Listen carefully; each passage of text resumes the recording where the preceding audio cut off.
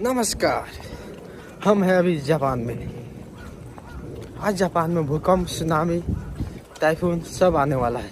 तो आप लोग को भी दिखाते हैं क्या क्या होने वाला है जापान में। तो बने रहिए, देखते रहिए।